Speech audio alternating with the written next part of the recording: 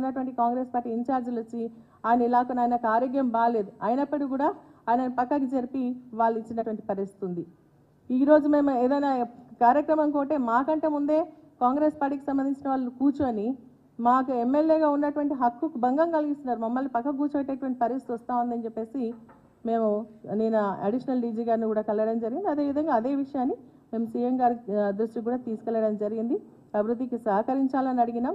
ప్రజలు గెలిపించినటువంటి ఎమ్మెల్యేలుగా మాకు మరి సహకరించి మా నియోజకవర్గ అభివృద్ధి ఇంతకుముందు ఇచ్చినటువంటి శాంక్షన్స్ ఆపేయడం జరిగింది, అవన్నీ కూడా ఇవ్వాలని చెప్పేసి చెప్పడం జరిగింది. సో మేము అడుగుతా ఉన్నాం, ఈ ఒక సమస్యలు ఏవైతే ఈరోజు వారు అంటే హామీలు ఇచ్చిండ్రో ఆ హామీలన్నీ కూడా నెరవేర్చాలని చెప్పేసి చెప్తూ మరి అదేవిధంగా మనకు కరెంటు బిల్లులు కూడా ఈరోజు మా గ్రామాలకు వెళ్తున్నప్పుడు కరెంట్ బిల్లులు కట్టమని ఫోర్స్ చేస్తున్నారని ప్రజలు అడుగుతున్నారు. మేము అడిగినప్పుడు ఖచ్చితంగా ప్రభుత్వం దృష్టికి తీసుకెళ్ళాలి. ఆ విధంగా మేము అడుగుతున్నాను, మీరు జనవరి నుంచి కరెంట్ బిల్లులు కట్టొద్దన్నారు, మరి ఇప్పుడు ఎందుకు ఫోర్స్ చేస్తున్నారు అని అడిగితే మాత్రం మరి దాన్ని రాజకీయ దురుద్దేశం అని అంటే ఎట్లా? ఆపోజిషన్లో ఉన్నాం, కరెక్ట్గా మేము ఆపోజిషన్ పాత్ర పోషిస్తాం. ఇప్పుడు కానీ అసెంబ్లీలో కూడా మా వాదనని వినిపిస్తాం ప్రజల పక్షాన. అదేవిధంగా ప్రజలకు సంబంధించినటువంటి సమస్యలు కూడా మరి ముఖ్యమంత్రి గారు కానీ మంత్రులు కానీ అధికారుల దగ్గర కానీ వెళ్ళాల్సినటువంటి బాధ్యత మా పైన ఉంది, ఖచ్చితంగా వెళ్తాం.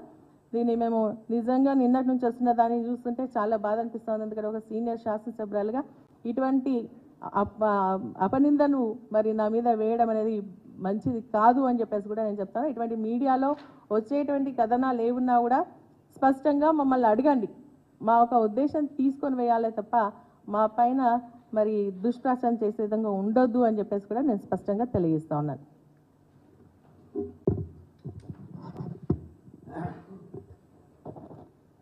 అందరికి నమస్కారం. జనరల్గా చాలా విషయం మేడం చెప్పింది. నేను ఒకటే అడుగుతున్నా, మరి కాంగ్రెస్ పార్టీని, ఇప్పుడు ముఖ్యమంత్రి అనేటోడు కాంగ్రెస్ పార్టీకా లేకపోతే తెలంగాణకా? తెలంగాణకు ఒక ముఖ్యమంత్రి లేదంటే కాంగ్రెస్ పార్టీకి ఒక ముఖ్యమంత్రి, ఇద్దరు ముఖ్యమంత్రులు అయితే ఉండరనుకుంటా నేను. మరి మేము జనరల్గా పోయినాము, మాకు కాన్స్టిట్యున్సీకి సంబంధించి నేను మొన్నటి వరకు 10 ఏళ్ళు ఎంపీగా పనిచేసిన, మాకు మొత్తం జిల్లాలో ఎక్కడెక్కడ ఏం సమస్యలు ఉన్నాయి ఆ సమస్యల మీద నలుగురం కలిసి పోయినాము. మాకు కూడా తెలుసు ఏ కాన్స్టిట్యున్సీలో ఏ ఇబ్బందులు ఉంటాయి. పోయి మరి మా కాన్స్టిట్యున్సీలో ఈ ఇబ్బందులు ఉన్నాయి. నాకు మొన్న దుబ్బాక ఎమ్మెల్యే నిలబడ్డా, మరి దుబ్బాకలో నాకు ఒకటి మరి రెవెన్యూ డివిజన్ కావాలి, కొన్ని రోడ్లకు డబ్బులు కావాలి, ఇవన్నీ ఇవ్వాలని చెప్పి మరి నేను గౌరవ ముఖ్యమంత్రి గారిని రేవంత్ రెడ్డి గారిని కలిస్తే దాన్ని పెద్ద రాజకీయం చేసి పార్టీలకు వెళ్ళి పోతున్నారు. ఏమో అవుతుంది, ఎందుకు పోతామా మేము పార్టీ? కాంగ్రెస్ పార్టీ అంటే అది ఎండికేల పార్టీ, గిల్లకెళ్ళి మేము గల్లకి ఎందుకు పోతాం? ఉద్యమంలో ఉన్నప్పటి నుంచి డే 1 నుంచి 2001 నుంచి మేము పోరాటం చేసి తెలంగాణ తెచ్చుకున్నాము. మా మెదక్ జిల్లా అంటే ఉద్యమాల గడ్డ, గిల్లకెళ్ళి మేము గల్లకెందుకు పోయి కాంగ్రెస్ పార్టీలో పోతామా? ఇప్పుడు సమస్యల మీద పోవాలి కదా, మాకు ప్రజలు గెలిపించిర్రు, మన 54,000 మేడతో గెలిపించిర్రు. వారికి ఎన్నో సమస్యలు ఉన్నాయి. మరి సమస్యల మీద మొన్న నేను పోయి కోమటిరెడ్డిని కలిసి మాకు R&B రోడ్లు ఉన్నాయి, రోడ్లు కావాలని అడిగినాను. మరి అదేవిధంగా ఉత్తమ్ కుమార్ రెడ్డిని కలిసినాను. మల్లన్న సాగర్ వాటర్ ఉన్నది, మా కాలువలకు నీళ్ళు వస్తలేవు, రైతులు బాధపడుతున్నారు, మరి మాకు నీళ్ళు ఇవ్వాలి. ఇంతకుముందు మా రైతులు ఒక ఫోన్ కాల్ కొడితే మరి అప్పటి ఉన్న ఇరిగేషన్ మంత్రి గారు మెసేజ్ పంపిస్తే తెల్లార వరకల్లా కాలువలలో నీళ్ళు ఉంటుండే.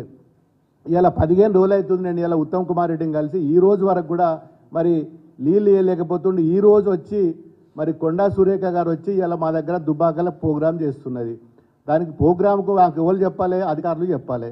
ఇవాళ ఎవరు వాళ్ళ కాంగ్రెస్ పార్టీ ఇన్ఛార్జులు ఇలా వాట్సాప్లలో పెట్టి మా మంత్రి గారు వస్తున్నారని చెప్పి వాళ్ళు ఇలా కింద ఎవరి పేర్లు ఉన్నాయి? పూజల హరికృష్ణ, మన సిద్దిపేట నుంచి ఓడిపోయిన ఎమ్మెల్యే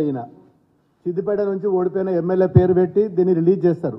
ఇంకోటి చెరుకు శ్రీనివాస్ రెడ్డి, మన దుబ్బాక ఎలక్షన్లో నా మీద డిపాజిట్ కోల్పోయిన ఎమ్మెల్యే వచ్చి ఆయన ఇవాళ ప్రోటోకాల్ మెయింటైన్ చేస్తున్నాడు, ఇలా ఆయన ప్రోగ్రామ్ కండక్ట్ చేస్తున్నాడు.